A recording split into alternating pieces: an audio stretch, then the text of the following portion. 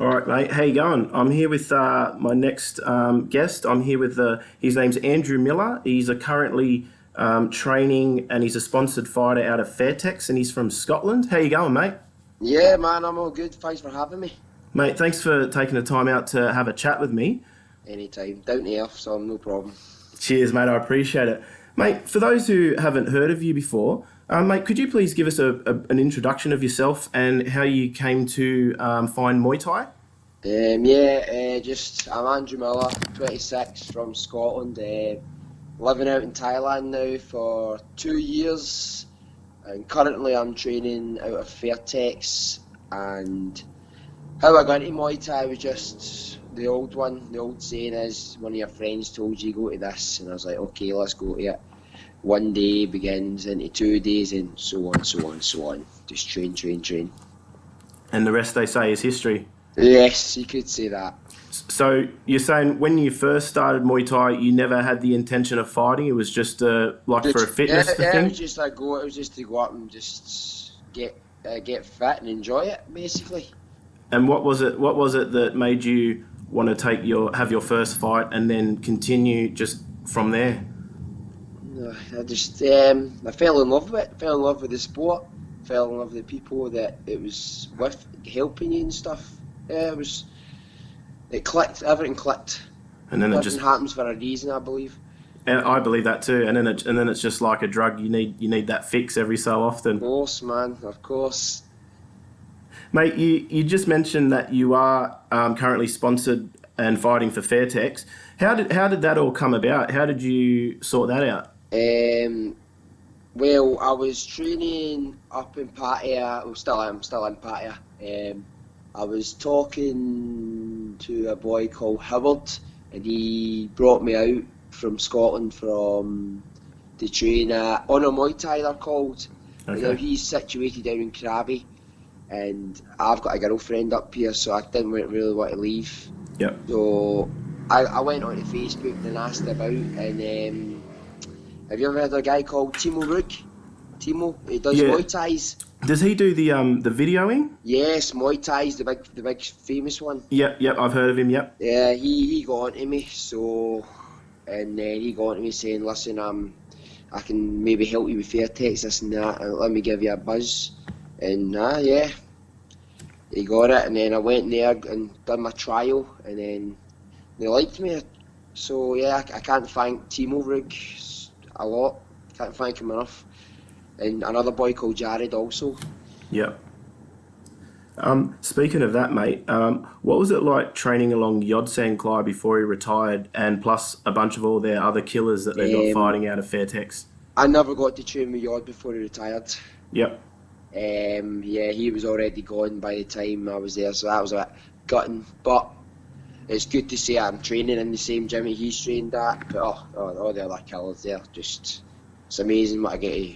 Then plus they're all really super cool guys, so it's always going into training and you're having laughs and training hard. So it makes your day and makes your worth effort going well. That's what you want. You want to like take it Yeah, seriously, but man, it's also not it's not egos. There's no egos in there. yeah, that's really good. And speaking of that, what is the training like at Fairtex? Because I've heard from a few people that the fighter training can be quite demanding at times. Yeah, when you've got a fight coming up, the first week's not too bad, but see, as normally we try and do a 3 to 4 week camp, and just it's draining. It drains you, and you're close to tears, but you just need to keep pushing through. It's So hard work.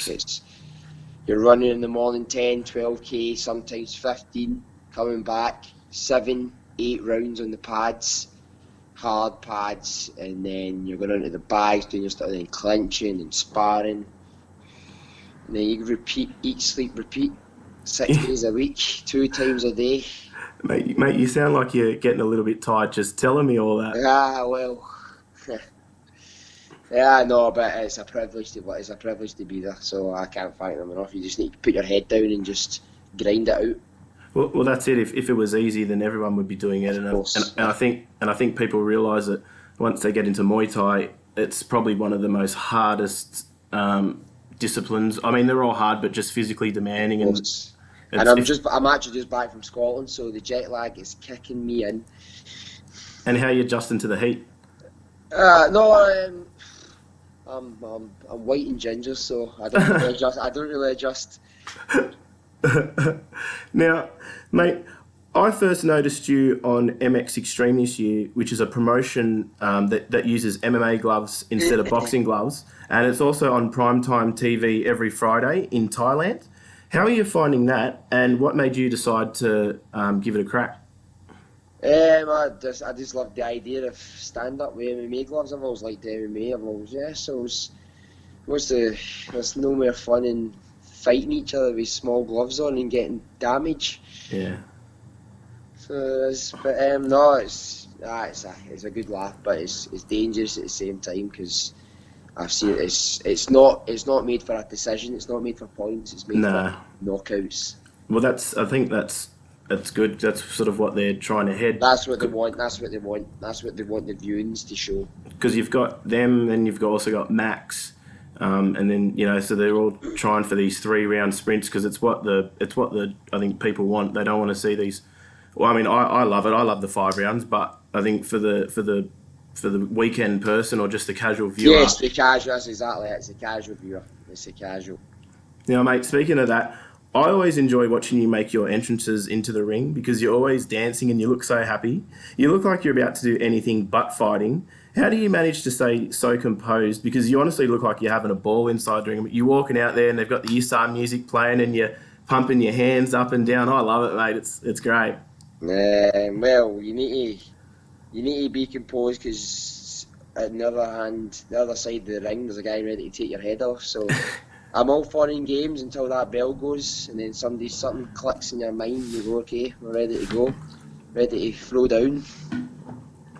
But apart from that, I'm all happy. All fun in games to me. Doesn't bother me. I love a good dance.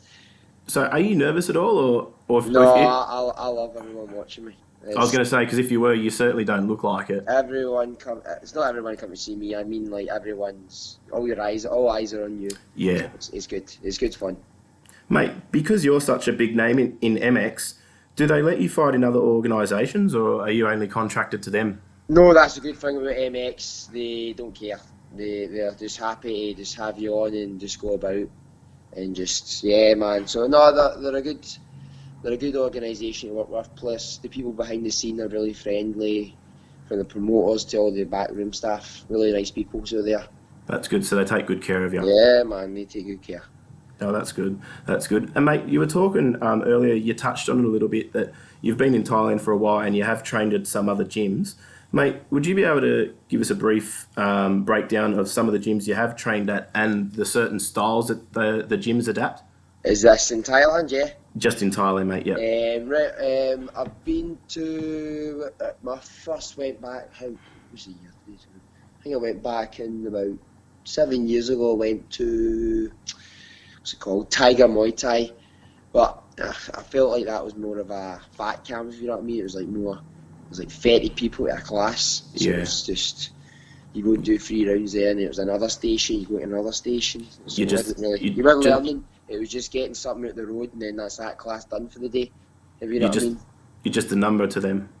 Basically. After that, I've been to FA group. That was hard. I was only there for about 6 days, but oh wow, that's just clinching. That was learning your clinch work, but it's more of the more traditional gyms in Thailand, so it was good to see that.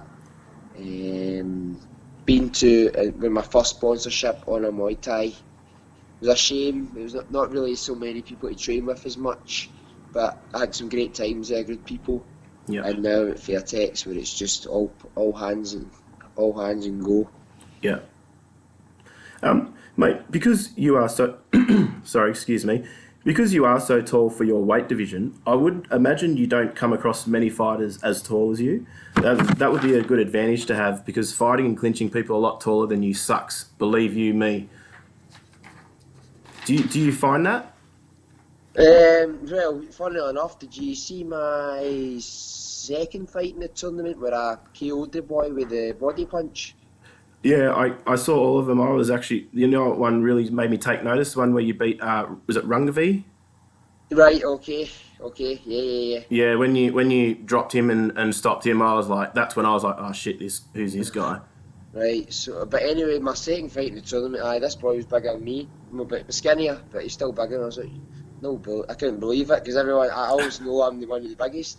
Yeah, But no, it was always a decent advantage. Always a decent advantage to have. No, you can keep teeps, use my teeps, use my long range of jabs and stuff like that. So yeah, it's always good to have it.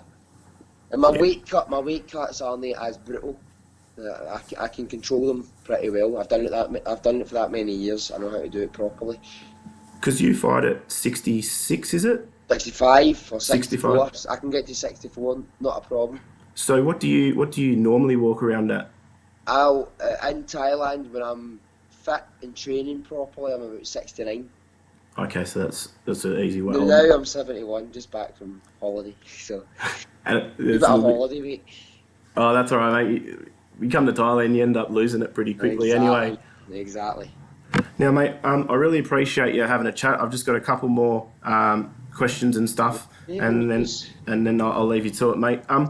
What I wanted to ask you, because I know you are from Scotland, and you've been in Thailand for quite some time. Did you ever meet or train with Jordan Coe?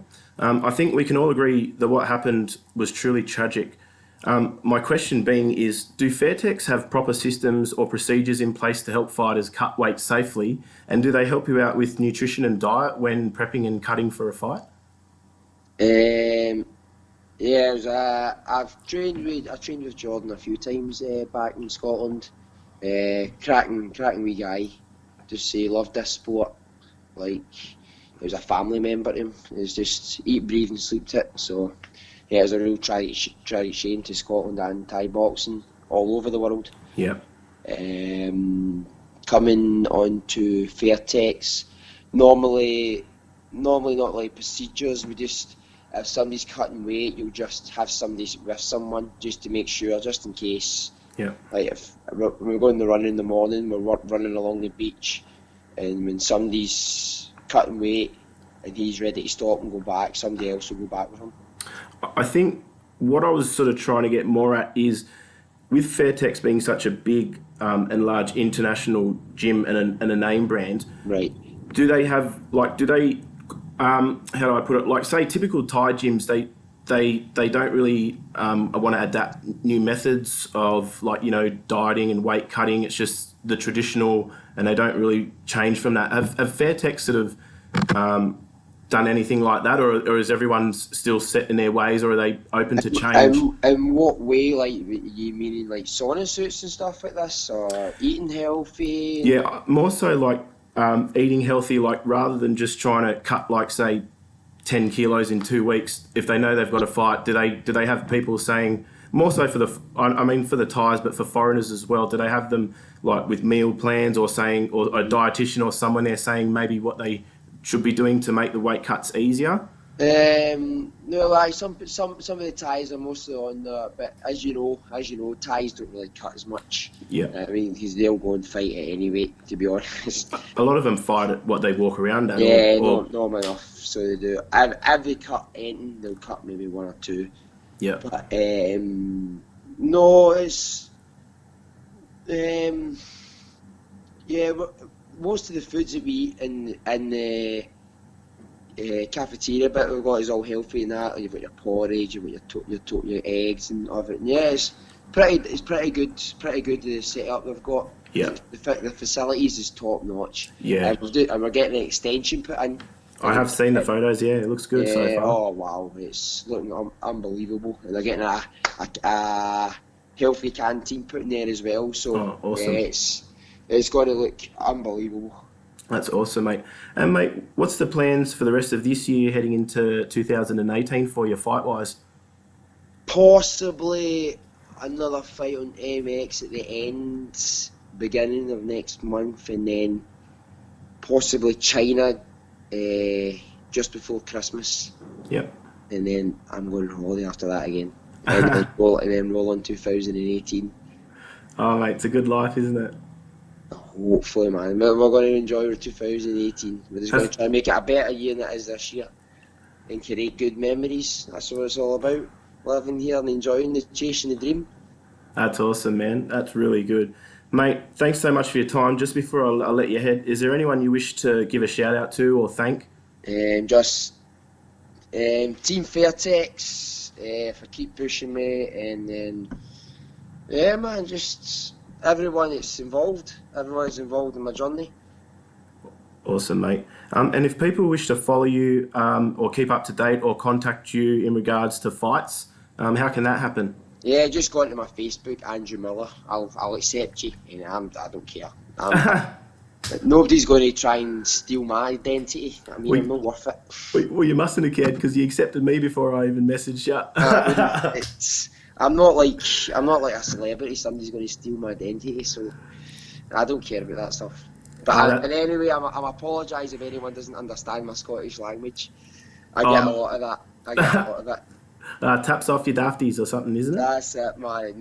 Nobody really understands me at all. I need to actually put on an accent to talk to people. Well, my best mate's Scottish. He's from Greenock, and he just keeps calling me a wee jobby shite. So right, I know what that means. Understanding there. That's good. Yeah, he's a ball bag. He's a ball bag. All right, mate. I really appreciate that. Thanks so much for your time. Obviously, thank you so much for this. Honestly, mate. Have a good one, bro. You too, mate. Have a good one. Take Cheers. care.